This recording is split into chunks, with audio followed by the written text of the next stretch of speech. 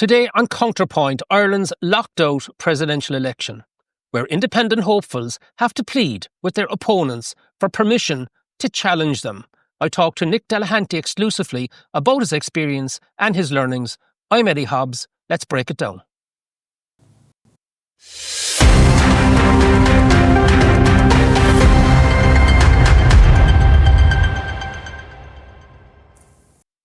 So, Nick, you could have gone to ground to lick your wounds, but you didn't. You got back in the ring. Welcome back to Counterpoint.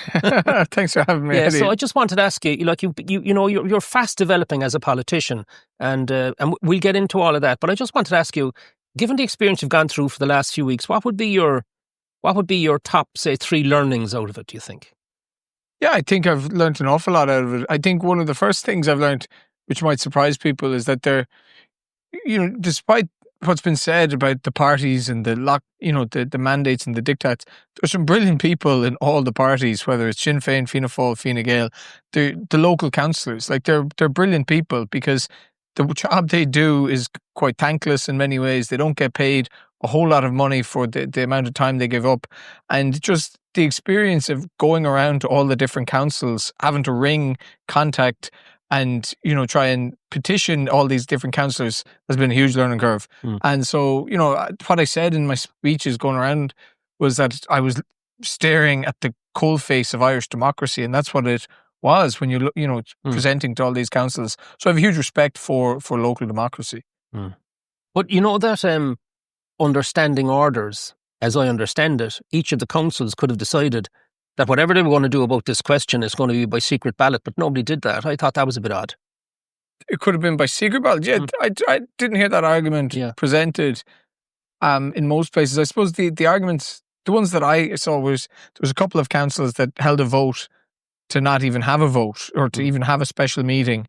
And in many ways, I thought that was very undemocratic. I think Dunleer-Rathdown was one of them, maybe Donegal, I forget. But, the whole process needs to be fixed in so many ways. A lot of people are going to give out about the diktat for the big parties.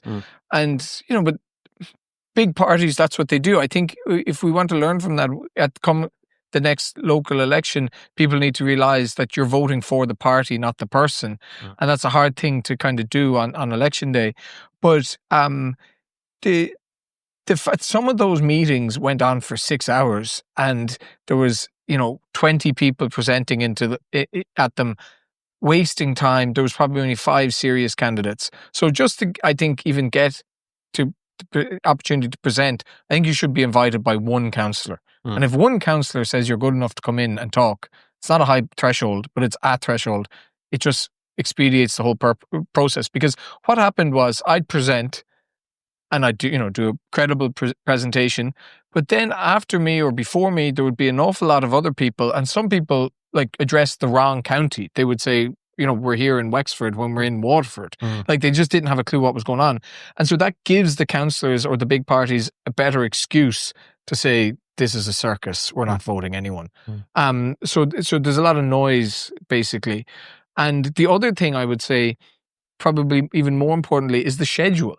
So for months before this, I had been, targeting different councils. Let's say I was targeting Cork County Council, and I had lots of support in Cork County. But then the schedule comes out, and Cork County is on the same day as Wexford, as Carlow, as Louth, and you've spent a week, down in Cork talking to people in Cork, and now you can't even go because it clashes. In other words, it's not coordinated nationally. It's not coordinated. So I would like, a year out or from the election, that the councils in that September month, they dot out when their meetings are going to be, and it should do by region. Ulster week 1, Ulster week 2, or so on, and. Then it gives people a chance to target.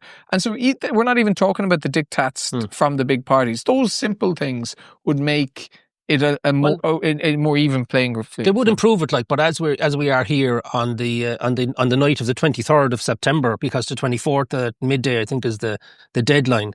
It looks as if it's not certain yet, but it looks as if we're going to end up with 3 kind of party nominations running. 2 from the Union Party, Fine Gael, Fianna Fáil, and Catherine Connolly then with the kind of support of the left. But I mean, that means that that if it works out that way, it means that the system will have produced no independent candidate. And I mean, how do you feel about that?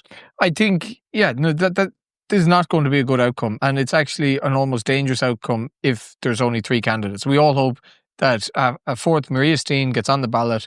But in many ways, it shows the weakness of the independent strategy. Like, I know I'm currently an independent, and independents are good because you can do so much. You can be your own person and voice your own opinions. But if you're not an independent for other independents that have different views than your own, then independents need to be a team player at some level. So it was great that Independent Ireland today came out and backed Maria Steen, even though some of them wouldn't have the same views. I think that's important. But because independents, by their nature, it's not whipping independence is not a term. You can't whip independence. So when politics is a team game, so independents lose out, and at some point. But see, that's my point. Had this change of standing orders to allow secret ballots, yes, then it could have diluted the impact of the party whip. Yes, and I think you would have got a more favourable outcome. Yes, secret ballot would change things an awful lot. I haven't actually heard many people mention that, but you're right. It would change the whole nature of the vote. By the way, it wasn't an original thought. It was pointed out to me by a former Minister for Justice. Right. That this could have been done. Yeah. And I found it fascinating. It wasn't even being discussed. Yeah. In the mainstream media or even in the political establishment. But so now that you've come through it, and learn from it. I just want to pick up one point that you said there. Would you be leaning more towards joining a political party then at this stage, or are you going to plough on the independent channel? I don't know. I didn't get into politics to be a career independent. Okay. That's what I said at the start. Is like I'm not trying to be a career politician. I'm doing this. I've given up a career in law and other things, huge sacrifice, to actually affect change, not to be just popular and just be a career politician. Yeah. But so the question is, would you join a party? Would you start a party? Which party would you join? And these are big questions. So do you try and join one of the 3 big parties? Do you try and join a smaller party?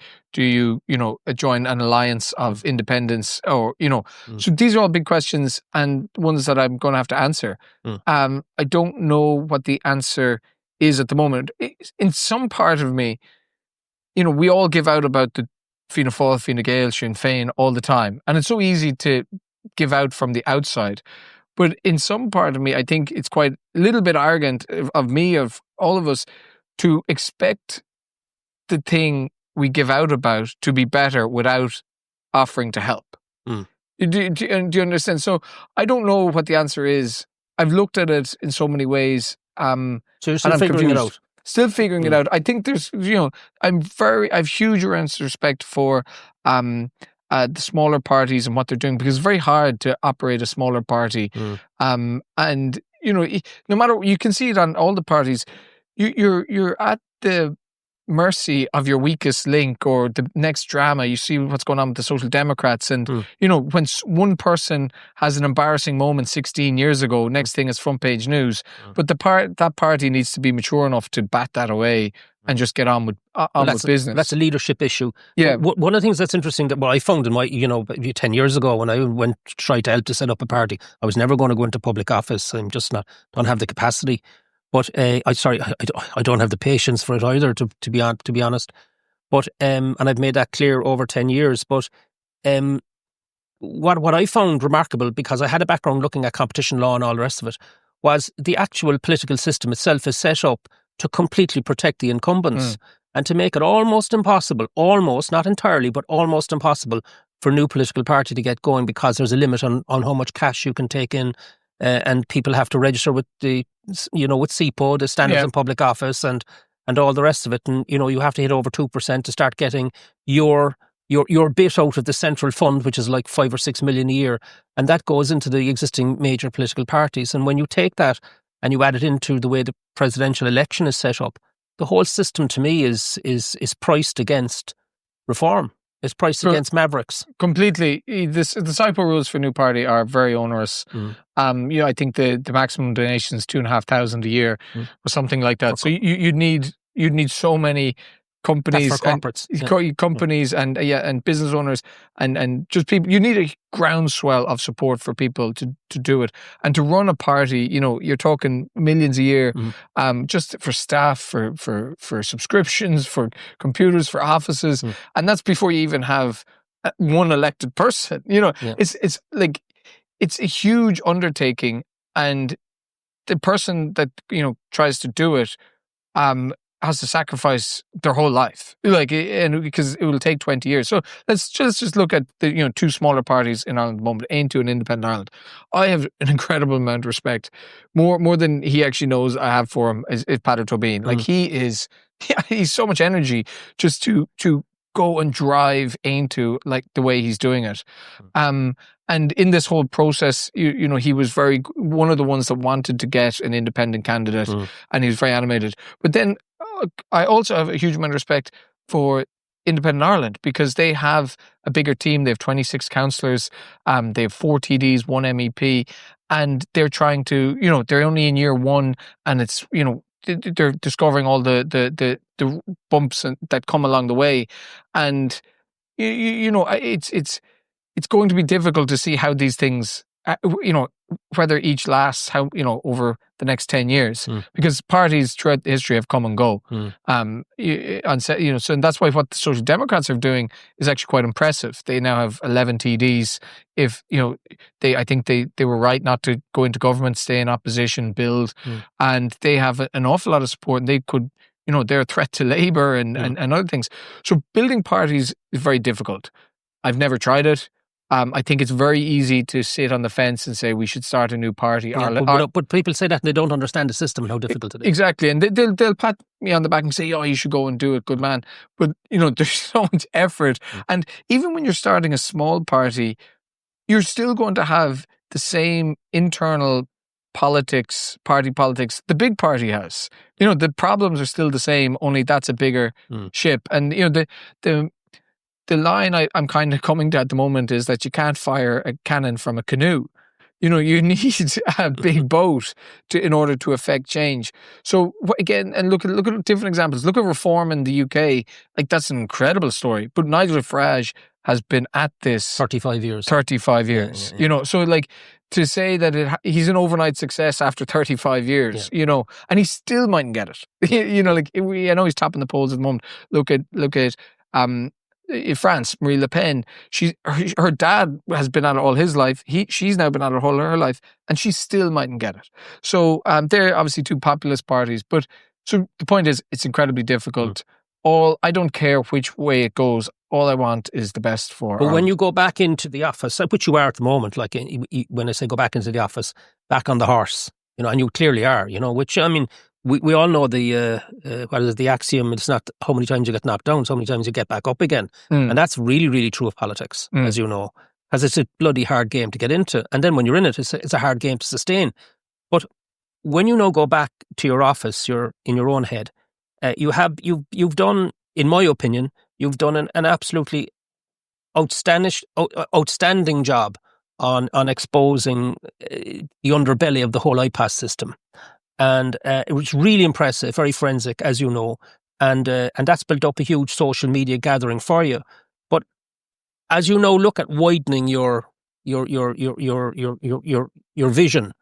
What are the other main issues you think you will be focusing on?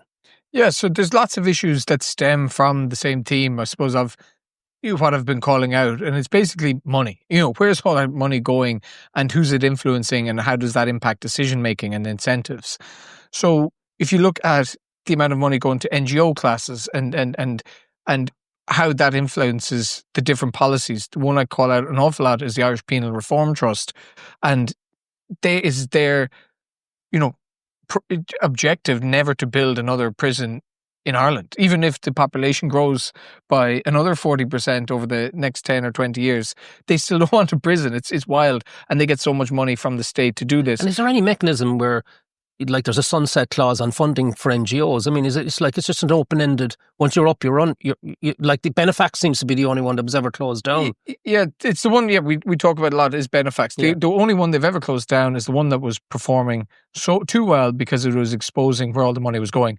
So if I could do anything, it would be to try and recreate a version of Benefax. I would love to see that happen. But, again, that takes a lot of effort, willpower and money, and resources. But it needs to happen because the reason we can fund all these things is because the state has just so much money. And we need to, we can afford, as long as there's those 10 companies keep paying our surplus and the corporation tax, the government can do whatever they want. Because when a problem arises, they can just throw money at it and paper over the cracks, and we just keep going on because people are happy, there's jobs, there's enough money to keep going. But the minute something happens to those 10 companies, then that's the bust. We've had the bonfire of the NGO theme before. It was from Fine Gael, and it was led by Leo Varadkar when he was out of power. But as soon as Fine Gael got into power, the whole bonfire idea was shelved. And now we have more NGOs than ever. And of course, it's a design of the World Economic Forum, that stakeholder capitalism to surround Parliament with a swarm of NGOs and alienate the people. Yeah, I like the term surround because that's why I see it as a moat. And if you actually look at, we have Leinster House, and if you actually map out all the NGOs and they're just registered office addresses, they all surround. It's almost a literal moat, and that is the bubble. And when you're getting employed by one of these, you're just in this bubble of true, the right things to say. You're going to all these conferences, and the consensus just moves to this side. And I think one of the people that started this was Soros and these big Open Society and these funds, because they figured out that if they give $1 million to one of these NGOs, the government will match that and give another $1 million or even more. So it was a huge way to leverage money and influence. But the last time we looked at that, as I recall, the numbers, maybe you've more up-to-date numbers, the total amount of money that the government were giving the swarm, and it would be led by the top 100, roughly, and the rest are gnats, really, in it. It was about 6 billion. But the total revenues the NGOs were getting were 13 billion. And I was curious, so where's the other 7 billion coming from? And what are the strings with it? Because as you point out, they're surrounding Parliament. I call it a swarm, you call it a moat. It's the same thing. Yeah. And it's all happening behind closed doors. Yeah, so the problem, one of the problems is there's so many NGOs. Like there's a lot of GAA clubs, soccer clubs, schools that are NGOs, and so the way we put them to one side, and let's just talk about advocacy NGOs. Yeah, and how much are they getting? Are they getting 100 million? Are they getting 500 million or more? How many is there? But it's not just even those advocacy NGOs. It trickles down into at local government levels. Different just CLG companies that get the odd 30,000 here and 20,000 here. It just keeps people happy. Again, there's enough money flushing through the system that they can make people happy when they want to. And but see, they're making the NGOs happy. That's the point. Yeah, but the people that work for them, and there's like some of these NGOs have a staff of 60 people. So when you need people to go out and march and hold up a sign or do what it is, you're like, come on out, guys. And that happened with the National Women's Council, with the most recent referendum, the family home referendum, where Roderick O'Gorman literally had a headline out saying any of these NGOs would want to have a very good reason to oppose the referendum. Basically, if you're not with us, your funding is getting cut. So it works both ways. If their dogs aren't barking, they're not going to be fed, basically. But it's gotten to the point where these organisations are creating the policy, and the number one I always point to is the Irish Penal Reform Trust. Right. Okay. Well, doesn't that swing us back to the presidential election then? Because when you take the blizzard of laws that are coming through the pipe, including hate speech is back on the agenda and many more. Compulsory purchase order is back on the agenda. That's very curious. I've been talking recently about that. And many more as 2030 comes around. there's lots of legislation required in order to hit the 2030 goals, which of course come from the UN Sustainable Development, the 17 objectives that were designed by the Irish Civil Service in 2013, 2015 with some Kenyans. And that's been driving Irish policy strategy for the last 10 years. So for me, looking at it from the outside, it seems to me that the Uniparty are very concerned to ensure that we will not have an independent president who's going to potentially challenge any of the legislation and refer to the Supreme Court or call a council of state, and they just want somebody just to rubber stamp. That's what all of this, I think, politics around what you've gone through is about. Ultimately, it's about signing the documents and just having a nodding donkey inside the Rs. Yes, I think they want someone that's on side with them, definitely. They don't want someone that is going to protest these laws that are coming through. I'm not saying the president has huge amount of powers to do that, but somebody good and independent can make it more difficult and can put it up to the government in so many ways.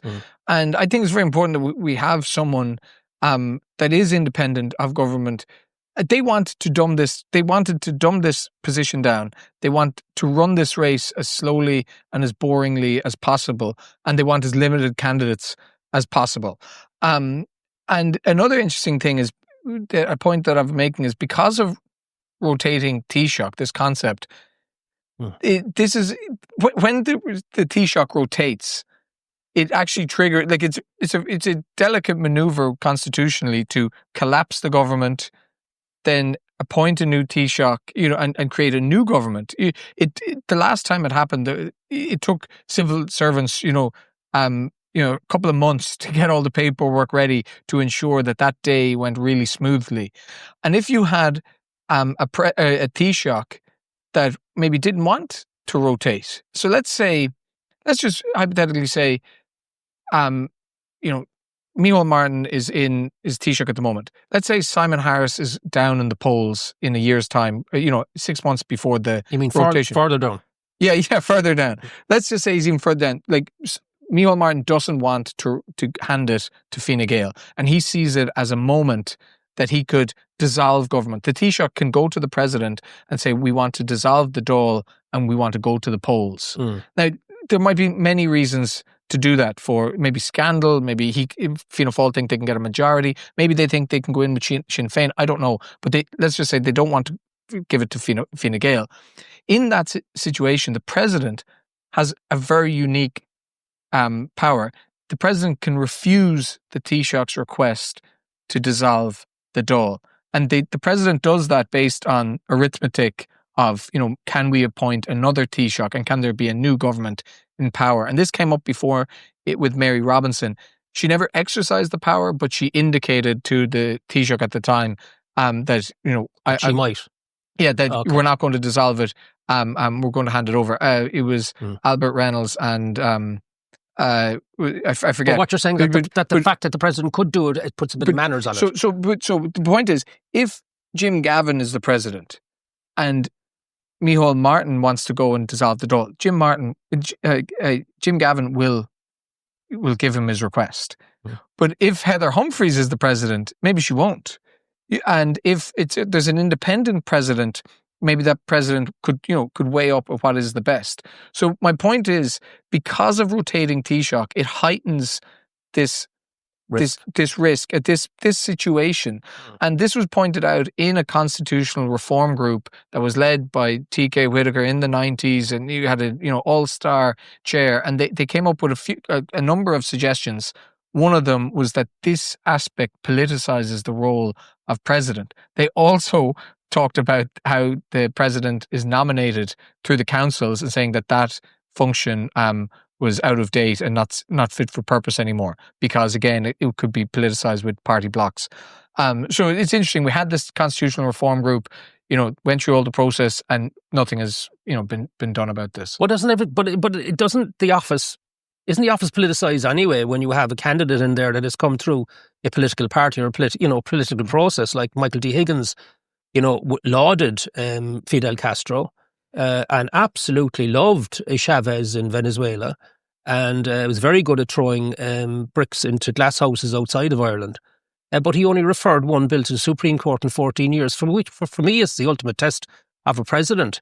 Are you prepared to protect the Irish people from state overreach? That's the ultimate thing, and he only referred one, whereas the people before him, both of the female presidents we've had, were very good at referring bills to the Supreme Court, Mary Robinson and Mary McAleese. Yeah. No, people, he definitely didn't refer, I think only one. What else could he have referred? Nothing sticks out to me right now, but there was the COVID period. That was, I suppose you could decide either way on that. It depends on what time of the COVID, of that whole period. But yeah, there was an awful lot of civil liberties that were restricted, and that went to the heart. That another president would have. Well, he didn't even say anything during the COVID period. I mean, the civil rights were being trampled to death. Informed consent was being trampled to death. And he said nothing. But right. To be fair, neither did the political establishment. They just went along with it. Yeah, that was... and now, we have the latest book out by Leo Varadkar, where he's now rowing back and saying that maybe we went too far. It's easy to look back on it and say that. But the office of president is political. There was other candidates going around saying this is not a political office. That is bonkers. Yeah. It is a political office. It may not have much executive power, but it has enormous influence. And this thing of, the Irish president has probably the least amount of executive power of any head of state. And is that a good thing or a bad thing? I don't know the answer to that, but I think we should talk about it, because one thing's for sure, there will never be a rotating president. And now we're stuck with this concept of rotating Taoiseach. And what if you're in these parties? What is the vision for the next 10 years or, 15, 20 years? The vision for Fianna Fáil or Fine Gael just seems to be at the moment that we hope this lasts. There's no, one of them needs to break away and they need to push the other off, or they just need to merge. Well, the vision is quite clear. It's the UN's Sustainable Development Goals. Yeah, exactly. Yeah. That's the strategy document. People just don't understand it. It's like a hidden program for government. The rest of the stuff is that tactically, how do you produce the objectives of the UN's Sustainable Development Goals? And that's the truth of it. And you can see it. Just this week, Helen McEntee has brought out a new school curriculum, where we're going to be teaching younger kids about attraction and sexuality in 5th and 6th class. Now, I don't know if it's good or bad. Well, I actually don't think it's appropriate at all, in fact. But some people are saying, no, we should do this. They're going to learn it online. I don't think it's the state's role to do this. I think that this should be done home. But the point I'm actually trying to make is, I'm not sure Helen McEntee thought up this policy. I think she was in her office and it just comes across her desk pre-written, and she's just, the vehicle or vassal that pushes it out. And Dominic Cummings in the UK talks an awful lot about this, about how the meetings with senior ministers are a Potemkin show. The minutes of the meeting are pre-drafted. Did they go in? You see them walking in with their documents, but the civil servants have done all the work and they just sign it at the bottom and off they go, and they look great on Sky News walking outside 10 Downing Street. An insightful moment for me actually during the last number of months was a call I got from a senior civil servant just to tell me what was actually happening. Yeah. And basically described how they go to Brussels.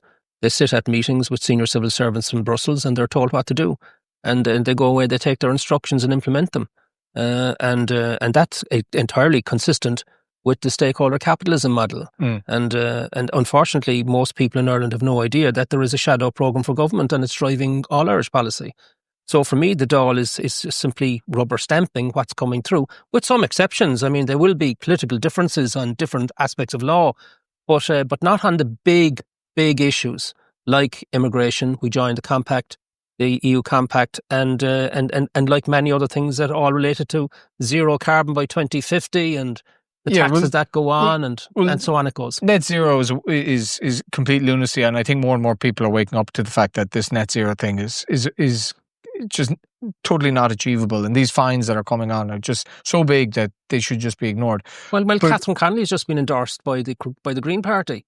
their idol is zero carbon. Yeah, well, it's never going to happen. Like most people, most sensible, even Tony Blair is saying net zero is a waste of time. Like, sure, yeah, let's like make things better. We don't need to be burning diesel, all night long. But but it's not the solution. Like Trump today addressed the UN Council saying that mass immigration and climate change policies are ruining Europe, and he's not wrong. Like there was a good article in the Sunday Business Post a few weeks ago that these climate laws are just bedded into our construction laws, like Japanese knotweed, and completely right. We just need to get rid of these. Like there's one thing that I'd like to do over the next couple of years.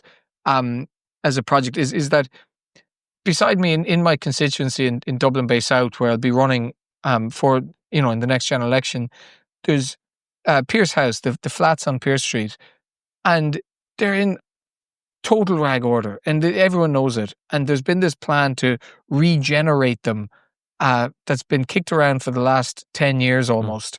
And the regeneration is basically they don't tear it down.